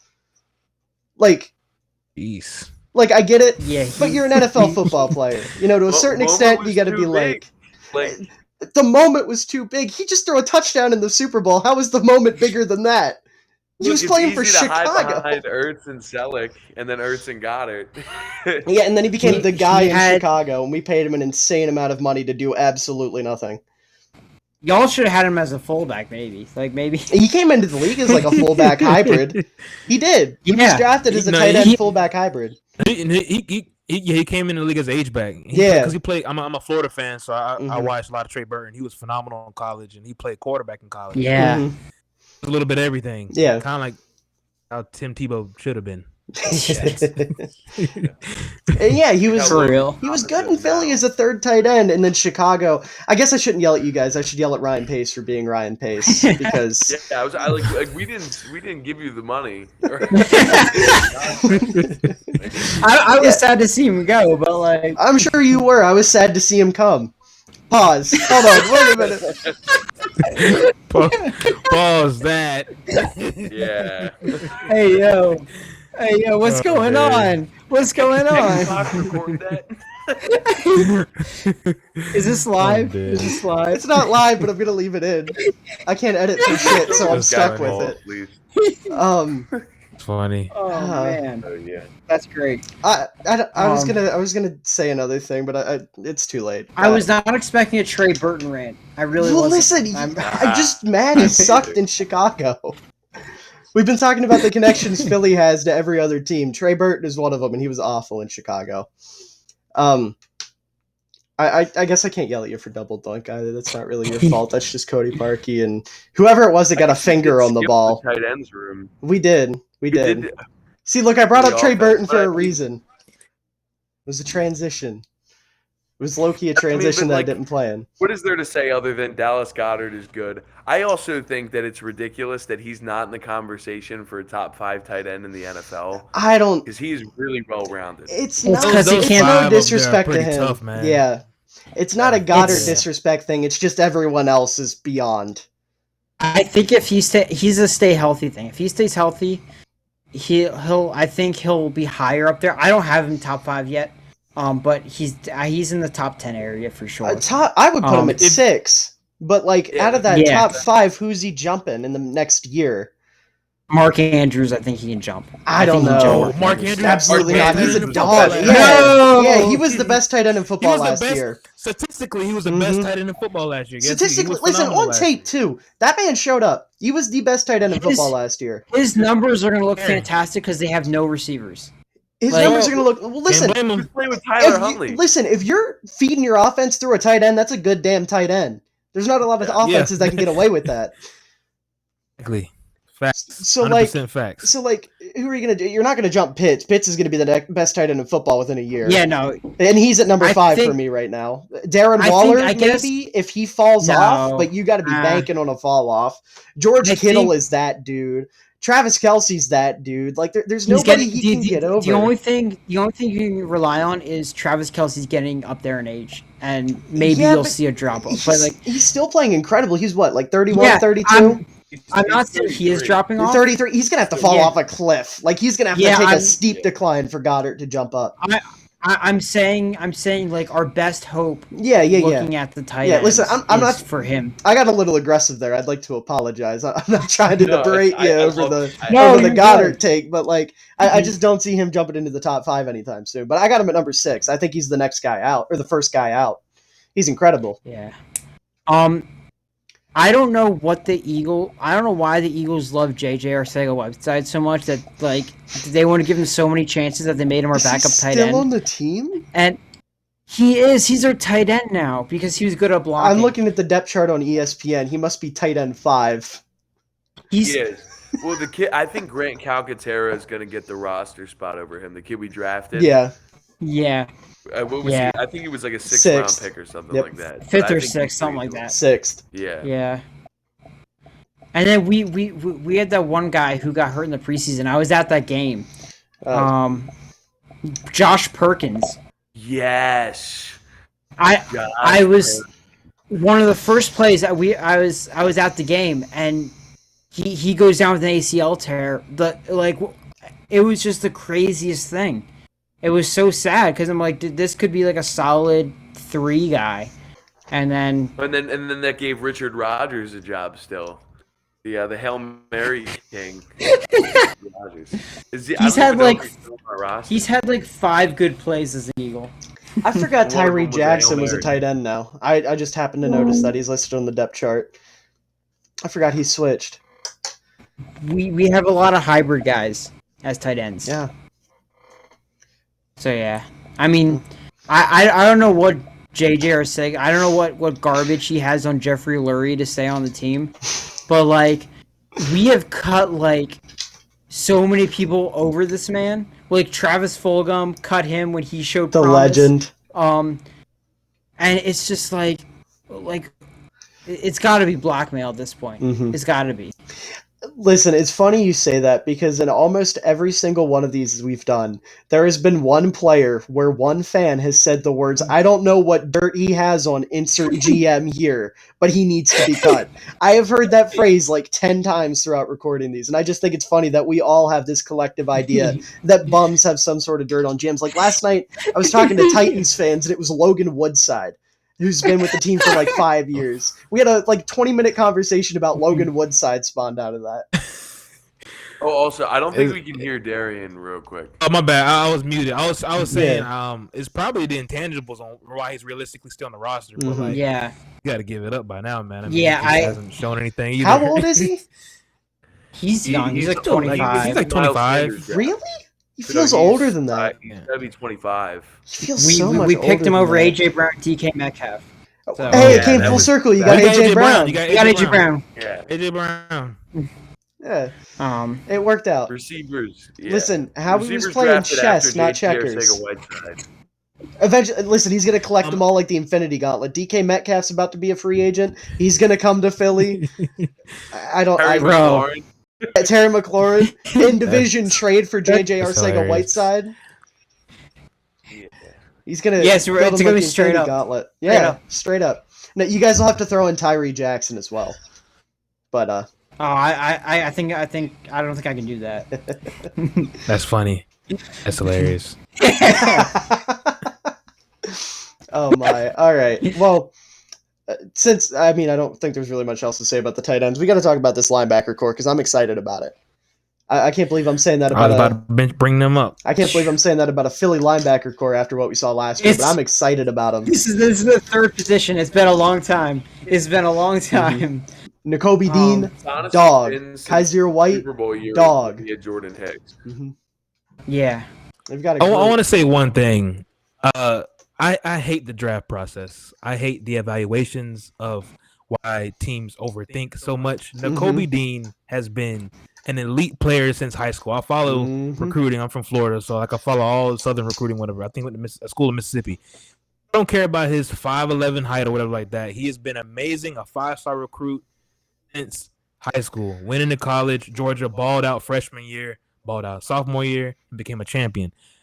I don't understand, why wasn't he a first round pick? I understand the Devin Lloyd hype is cool. I get all that, but why wasn't he chosen in the tore first his round? pec Yeah. benching, which is what happened. There was I get that. misinformation on injury. Like some people were told this injury was worse than it was, and some people were told something different. Listen, he's good enough that you can just say fuck it. It's a torn pec. He'll come back from it. Yeah, exactly. And if anything, I was seeing people saying that he wasn't a first round pick before the injury news That's came out. wild. That's wild. I had us taking him when the Jordan Davis pick came up. I'm like, all right, N'Kobe Dean's an Eagle. Yes, And- I thought so as well. It was 2 days till that happened.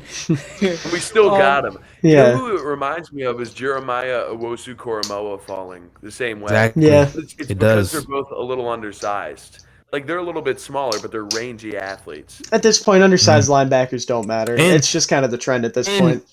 Yeah. He has it right here, bro. He has it right here, and that's probably he's the smartest linebacker seen come into the NFL. He was an engineering I student believe- at Georgia. He was like, Yeah, exactly, bro. He's a genius. Yeah. What are you doing? I think he's the smartest linebacker coming into this the league. I'll probably say since, man, Luke Kuechly. probably. Yeah, I was about to say that Luke Kuechly. We're gonna go man, far like that Fred back? Warner, 'cause Damn. yes, man. He is. I believe it. intelligent, man. I believe Roquan it. Smith was another smart linebacker too. Very smart linebacker, but Dude is amazing, man. I just don't. Yeah. The evaluation, man. The draft, they just overdo it sometimes. That's just how it works. And listen. I hate to rub salt in the wound again, but that's why he ended up with Trayvon Walker.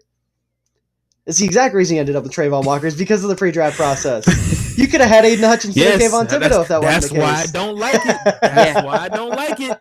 They overthink it. Like I get it. He's the next Myles Garrett, but what has he shown you on tape? Right. Kobe Dean was amazing on tape. Like it was like Dominic said. He would go up to the line and get Jordan Davis and Trayvon Walker set to where they're supposed to be in their stance, and then he'd go back and then run to where the ball is before it was thrown. It was quarterback of the defense, bro. That's what you need in this league, bro. Like Bobby Wagner types. He's gonna last like 12 years in this league, bro. Like he's gonna be amazing. So and hopefully all 12 is an Eagle. I would. Unfortunately, the last. I don't know, what would it be after I'll say the last 7 will be in Chicago alongside Roquan Smith. I hate to break it to you. I'm one of the NFL script writers. I know a couple years ahead of time. Gotcha. That's funny. Yeah, so to have him just like, as you said, the quarterback of the defense, and then you have Hassan Reddick and then Kaiser White, who I can't believe Kaiser White stayed in free agency that long. Kaiser's a stud because we didn't get him for a lot of money. He's a stud. We didn't get him for a lot of money. We didn't break the bank for him, and he was one of the best defensive players on the Chargers last year. Yeah, I don't know why he got overlooked either. Maybe it's just because he was a linebacker on the Chargers, and the Chargers have like a vendetta against their linebackers. So and the Chargers defense was very bad last year. You can argue that he played better than Kenneth Murray last season. I would say he did as well. But nobody would really notice because, I mean, like... Yeah, their run defense was atrocious. Yeah. I think now there's going to be... That run defense is hard. Barstool on the market, I was saying that the Eagles should get Andy Barr if he's still available because... I think White's a better signing. Like, he would fit really well into the team. Oh, you're saying after the fact. Like, now they should go after Anthony Barr if he's still there. Yes. Oh, I thought you meant in place of White. Okay, I gotcha. Yeah, I could see that. I don't know if he's out there either. I have no idea what's going on with Anthony Barr. I haven't heard his name in forever. I think he had like some there might have been some legal issues surrounding him, like some off the field stuff. And I think the Panthers were looking at him. Interesting. Yeah, I hadn't heard a word about him all offseason. I forgot he existed. I'm not going to lie to you. That's not a name I've heard in a long time, even before free agency. It's a guy that fell off a cliff, goddamn. But yeah, Kaiser White, I love that pickup for Philly. And kind of like Dominic said with how bad their defense was last year, he's got arguably the best D-line in football in front of him. So I don't think that's going to be a problem. I think he's going to be able to really show what he's capable of. And him and Nakobe Dean as your 2 off-ball linebackers, holy shit, dude. That's going to be insane. A lot of speed. Yeah. And that might... I think, Johnny, you might have touched on it a little bit earlier. I think it was you. That might honestly be able to make up for their safety play a little bit. With fast linebackers like that can be all over the field like that. It's not a replacement, but having mediocre safeties with those type of linebackers, you can get away with it. Taylor is another linebacker we have deep in the depth chart. And Davion Taylor. He's a really speedy guy. That draft, when we got Rager and we got Taylor, we were really focused on speed. Like that was the theme of the draft. Because then we got Hurts too. So he's a guy that you can use. I believe he's played safety before, if I'm correct on that.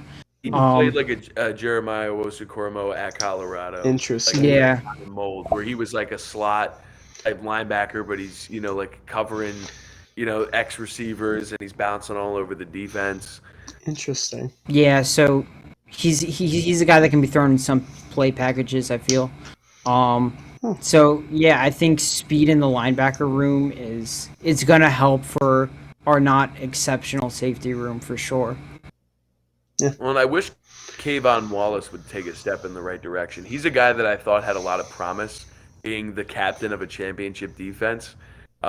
Because he finished Clemson that year that Trevor Lawrence won. Yeah. And I was like, okay, good. We got a captain. We got a guy that, maybe in a few years he could be a great safety, but I don't really think he's panned out. The B-Dog connection with him was so big. A safety from Clemson coming to Philly. That was... and so I really want to see him work out. He's still young. He can still... similar to Hurts, if he's going to succeed anywhere, it's going to be this defense. So Fair enough. I'm hoping to see some movement from him. Yeah. Unless anyone else has anything to add to the linebacker core, I think it's pretty safe to say we're all high on it. We all really like what's going on here. Definitely, they just got to stay healthy. Yeah, true. That's the name of the game. That's the name of the game. Yeah.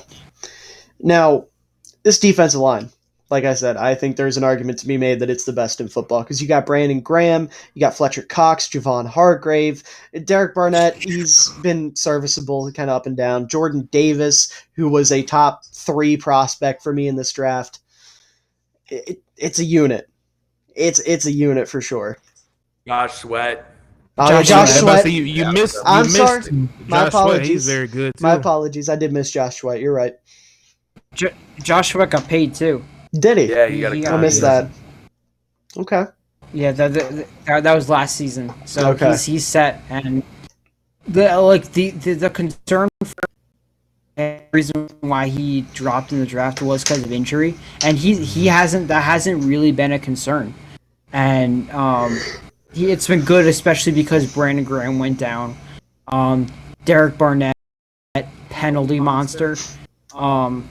It's like every play, man. Well, and he can't escape it either. Like when he got that penalty in the wild card game against the Buccaneers, which wasn't even a bad, like it was not a roughing the passer call at all. Yeah. And he got called because it was Tom Brady. Like the guy is just horrible luck with penalties in general. I was gonna say outside of that, he doesn't even seem like that bad of a ball player, unless I'm missing something that you guys want to correct me on. Because isn't he someone that Eagles fans aren't a huge fan of? Or am I thinking of somebody different? I like Derek Barnett. Okay. It's like you wanted more because he was the 14th overall pick, but like he's solid. Yeah, I mean, once you get to a certain point in a player's career, their draft position doesn't necessarily matter too much. He's been in the league 3 years now, right around 4. Longer than that, I think. Okay. Yeah, he played in the Super Bowl, so it's been going Dear on 5 Lord. now. Oh my Lord. Okay. God, I'm starting to feel old. These guys do not feel like they've been in the league as long as they have been. Good Lord.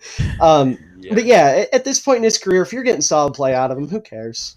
You know, you got to be over that. My question is for y'all. I know the interior side of the game and the trenches is amazing. You have Fletcher Cox, Hargrave, and now Jordan Davis. I'm having a brain fart. Gosh, Jordan Davis. Yes, Jordan Davis. Who are your bookend edge rushers? You got Josh Sweat. I know Graham is getting a little older. Hassan Red is probably going to be on putting his hands in dirt a little bit. Who else y'all got? Well, so if we run the 3-4 that we ran last year, ideally we're going to play, Hargrave at the nose and then have or Jordan Davis. They're kind of interchangeable, even though Hargrave was the nose on the Steelers. We'll have Fletch and somebody else with the 3 techniques, and then it's going to be, honestly, by committee. I think Hassan Reddick will be a guaranteed outside linebacker, but then Josh Sweat might get a few snaps there and then play on third downs and in the dirt possibly. Derek Barnett played a lot of outside linebacker last year, so maybe that's why we kept him around. But who knows? We might put Davion Taylor out there and be like, yo, you're going to be faster than this guy. Yeah. It might just get off the edge. Yeah. Gotcha. Interesting. Who do you want to see? Like, who's like your edge rushers you want to see like on like game, like when the game's on the line? Who do you want out there?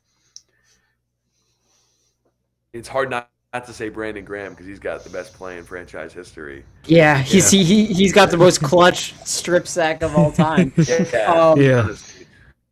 Yeah, you want him. You want Hassan Reddick just because of how he can.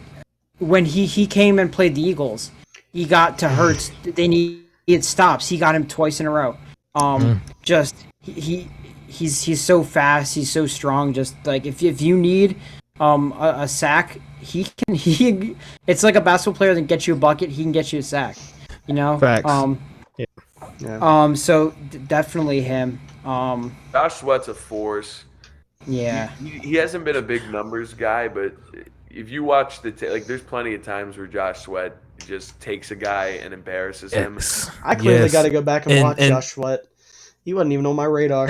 He is very good, man, and I really want him to take the next step. Like I said, I watch a lot of college football. I follow him at Florida State, of course, and I really want to see him because he has all the intangibles, man. He's a freak of nature. He's built. He's fast. He's lean. He has a good set of pass rushing moves. Put it all together, man. And I think this might be the season, man. I really do. I think he's going to put it all together this year because he was pretty solid last year too. Yeah, he had 2 solid seasons back to back, which is why he got paid. So I'm looking forward to that because there's so many, like, as far as like cover, there's so many guys you got to worry about on our team. Like, you talk about who you want on the line, who you do want on the field when the game's online. You can't really go wrong with this team. We have so many guys that can get to the quarterback now, which was a problem for us last year a little bit. Just like we couldn't get to the quarterback as much as we wanted to, and I think we fixed that in a big way. Yeah, but now we're 8 deep on, guys that could easily, pin their ears back and go make a play. Darien, also, I don't know if you saw, it's a highlight, but it wasn't a sack. It was Josh Sweat coming off the edge. And he didn't even touch the guy in front of him. He hit 3 steps, and he just dropped his shoulders, and the offensive lineman went flying over his back. And he just was at the Yes, I remember seeing that. I didn't know that was him. He's crazy, man. I remember seeing that play, but I didn't know that was Josh Sweat. I got to put him on my radar. I got to sit down and watch him because clearly I'm missing out. The guy's a stud. You will not be disappointed. Interesting. Okay. The thing about like when it comes to like defensive lines in the league, especially in the NFL, like you can never have too many pass rushers, man. That is the beauty of it. And another thing that has in common, you're naming all these things about how y'all are like 8 deep and stuff like that, man. Those are all the intangibles of a playoff team. Like you look at all the playoff teams, wild card teams, like they all have a defensive line that can get out to the quarterback. If you can't rush the passer in this league, like the Atlanta Falcons, you're in trouble. Like you're in trouble, man. Like if you can't create turnovers off sacks, dead in the water. Yeah. And that's another thing too. We keep talking about trying to hide these safeties. If you've got a great pass rush, secondary job's way easier. Way easier. You can do whatever you want. Again, that's why the trenches have been an identity for the Eagles, because we know if we're not strong in these positions, which we historically haven't been in the recent past, you're gonna get some pressure taken off of you, and that's been like our thing. That's why it's so important. And that's why I'm bringing up another Jaguar comparison. And you speak on that because Doug Peterson was big on that. He believes in the trenches. And that's why I think they went the route of trying to retool their defense in the draft and free agency rather than building an offense, because their defensive line is improved. I'm not going to lie to you. And the linebacking core should be better as well. And those are all the same things Doug had during the Super Bowl run with the Eagles. So it's not a bad front seven. It's not bad. It's going to be pretty good. Absolutely. Now, we've kind of ran through the roster here, unless you guys want to have a deep discussion about, I don't even know how the hell to say your punter's name, and Jake Elliott. I think we can move on. Aaron Sipas. Aaron Sipas, okay. Never heard of this man before. Hopefully we're not punting much, so hopefully I don't even see him on the field enough. Yeah. So, weeks 1 to 3, he was our best player. Okay. So, where do you think Philly's headed? I would assume you guys think this is a playoff team. Do you think they can make a run in the NFC? We win for sure. I think we win 2 playoff games. I think that's my ceiling right now. But it's like, I know Jalen Hurts can play, but it's really like, I know you have this stuff in you. Can you show it? And I think he can. So, and we're young. So I feel like it's going to be like, we can get to like an NFC Championship game under the radar kind of thing. Kind of like the 49ers this year, but I think more talented in the quarterback position. Just like kind of an under the radar team. You don't really, like, they're good, but like, you're still looking at the Buccaneers and the Rams and the Packers. I assume they'll still be good. So I think they can. I think I'm at NFC Championship game. My right now, my expectation is win the wild card game, or because I don't know if you get a first round bye in the NFC, but I'm that's my expectation is win the wild card game. Yeah, I can get behind that. I think first of all, I definitely think they win this division. I have them winning I have my record prediction set up so I can do like my little TikTok series and whatnot. But I got them winning 11 games, 11-6, winning their division. If they get matched up against a team like, I don't know, we'll say Minnesota in the first round, absolutely. I can see them winning a wild card game. I think they're a far better team than Minnesota. Beyond that, it gets a little dicey. It kind of depends on where Jalen Hurts is at because, like you said, you're going to be going up against teams like the Packers, the 49ers, the Rams, the Bucks.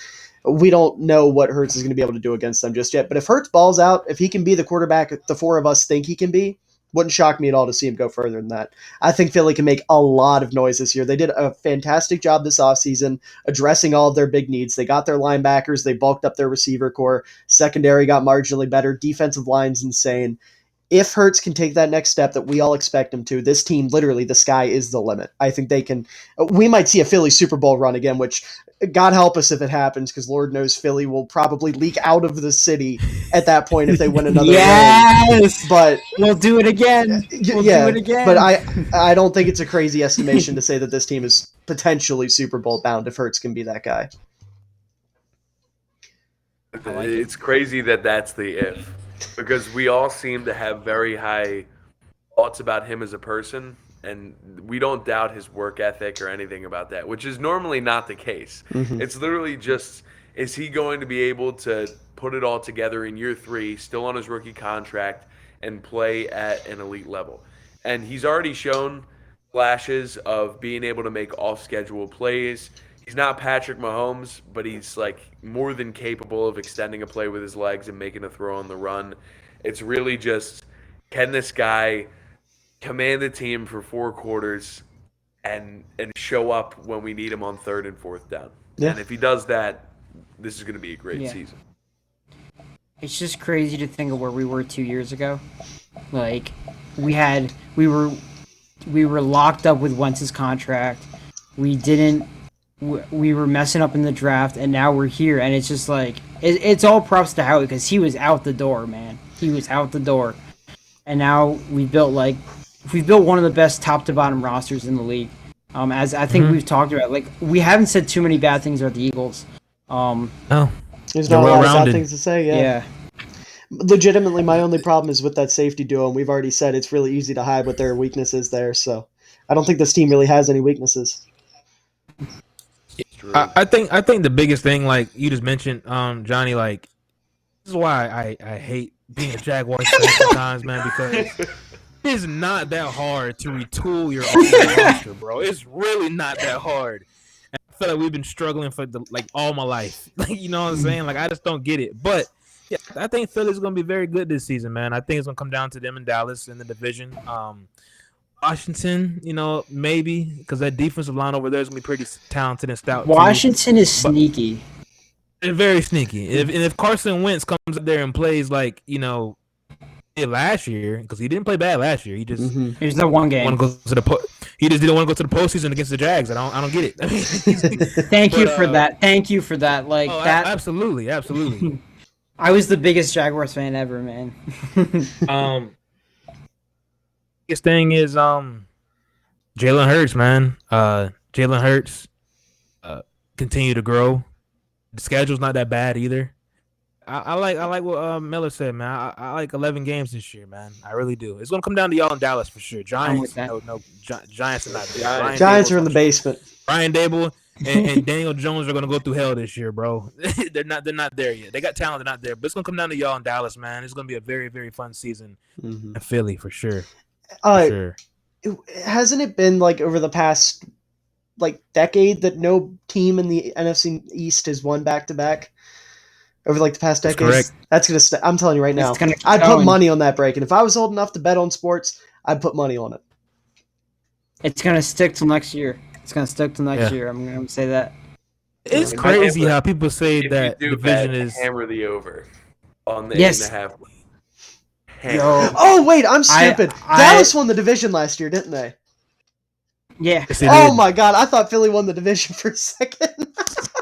I completely forgot about Dallas's playoff run last year. That's my bad. It's because they lost in the wild card. It's because Dallas did the dumbest shit possible. That game just kind of left my brain. Yeah, you're right. That was Comedy Central, man. That game was Comedy Oh, my Central. Like they Lord. weren't even in the playoffs. They might as well just not Right, shown right. up. Like, Oh, my Lord. That was the most undisciplined game I've ever seen in my life, dog. Mhm. Like, that defense was out of control. I mean, every time the game was on the line, it was an offsides. It was a roughing the passer. It was a unnecessary roughness. Like, what are y'all doing? Do y'all want to win? That's the beauty of a Do Mike y'all wanna McCarthy-led team. They Facts, kept 100% true.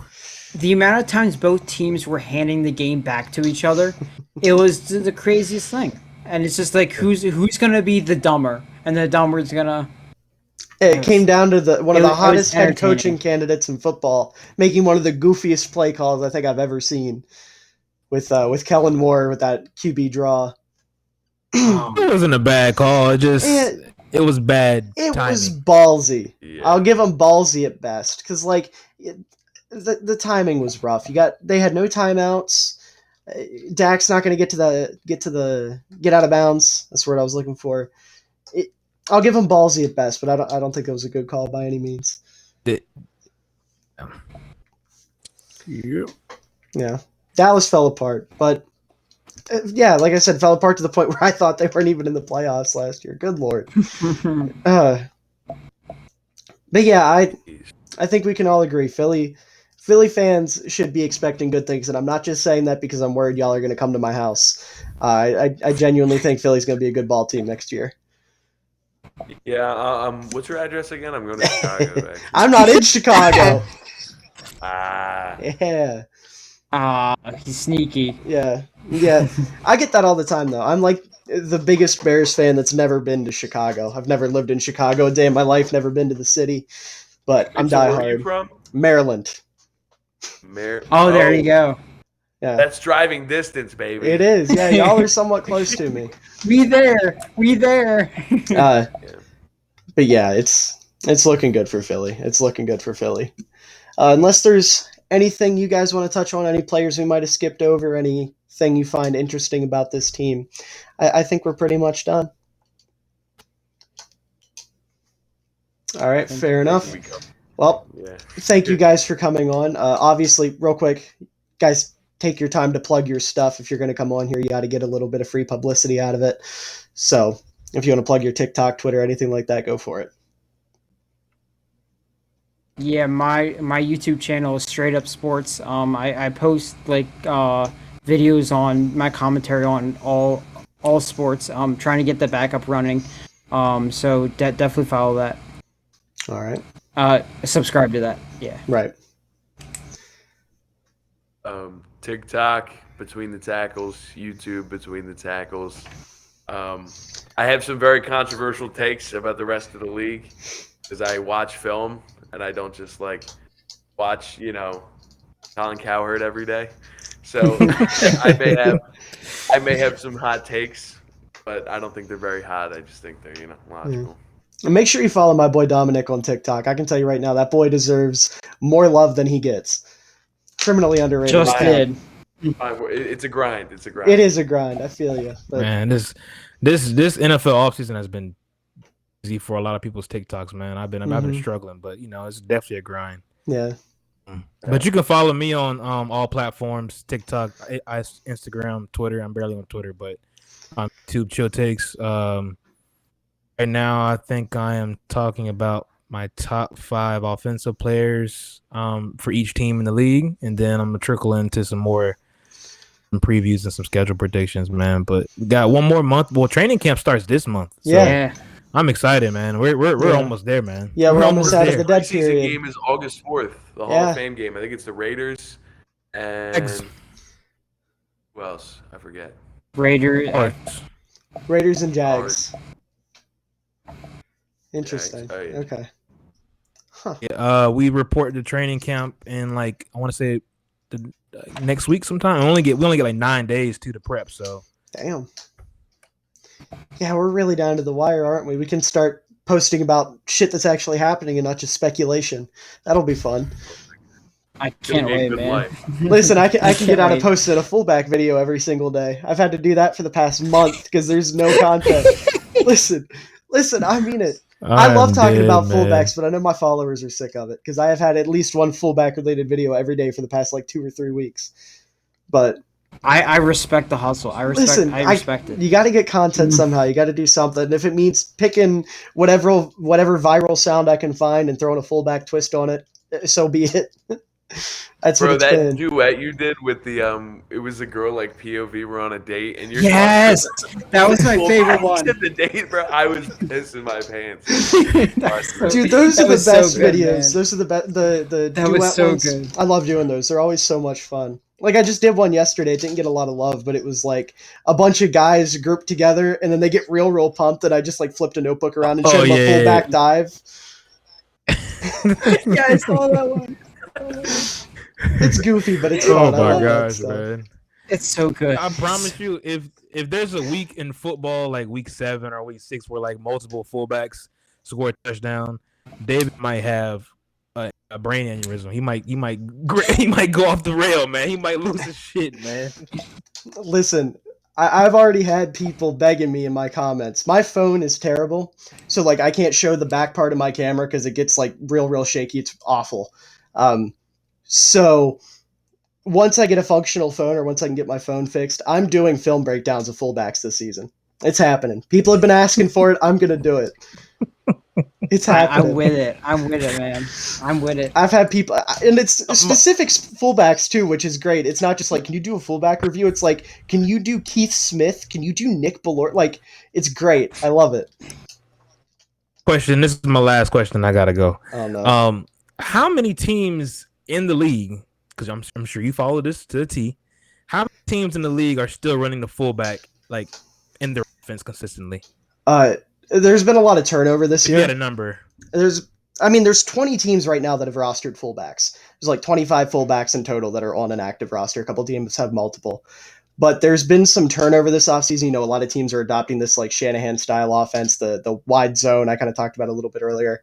And with that kind of happening, more and more teams are picking up on it. There's a fullback drafted this year. 2 fullbacks, actually. One went to Pittsburgh, the Hayward brother, but he's more of an H-back. And then the Chargers drafted a fullback in the 7th round, a kid by the name of Xander Horvath, who is a converted running back out of Purdue. So there's a decent amount. It's not as many as you'd like to see. Obviously, it's not like it's 1984. Everyone's got a fullback leading for their number 1 running back, but like they're still there. They're still doing something. And when I say also, you got, I think I mentioned this in your comments. There's guys like Chig Okonkwo out of Maryland. I love Chig. Who got drafted. I love He's Chig. only 6'2", but he's a freak athlete. Like he'll probably fill a good fullback role. Yeah. The Titans, they had Kari Blasingame, who just left the team, and granted they have Torrey Carter, who's actually pretty solid at fullback.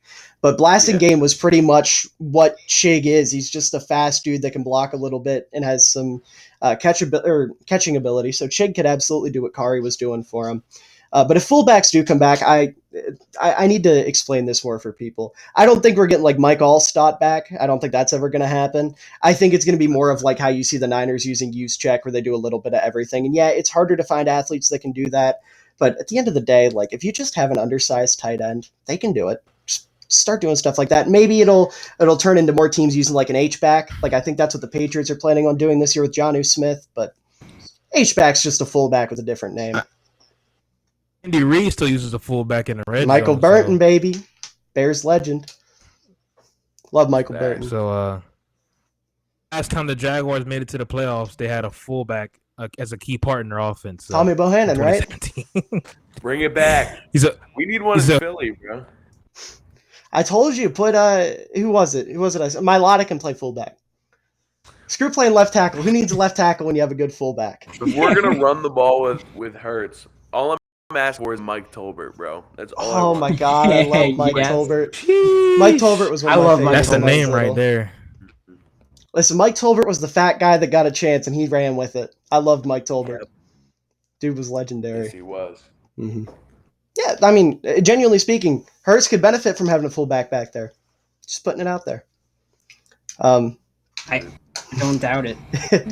All right, well, don't doubt that's going to do it for this episode. I hope you guys all enjoyed. Once again, thank you guys so much for coming on. It means a lot, especially you coming on, Darien coming on like last second. It means a lot. I had to make up for my missed time, man. We still got the Jaguar one together, but we'll get it together eventually. For sure. But yeah, make sure to leave in the comments down below If there was something we said that you didn't agree with, yell at us. If you liked what we said, praise us. I don't care. Just leave a comment below. Tell us what you think Philly's going to do. Dominic wants all the smoke. Make sure you direct any hate comments directly towards him, and he will come in and defend his takes with his entire life. But make sure you leave a like, comment down below, and subscribe. We're pushing for 250 subscribers, and we're getting close. We're at like 190-ish right now. So hopefully we get there by the start of the NFL season.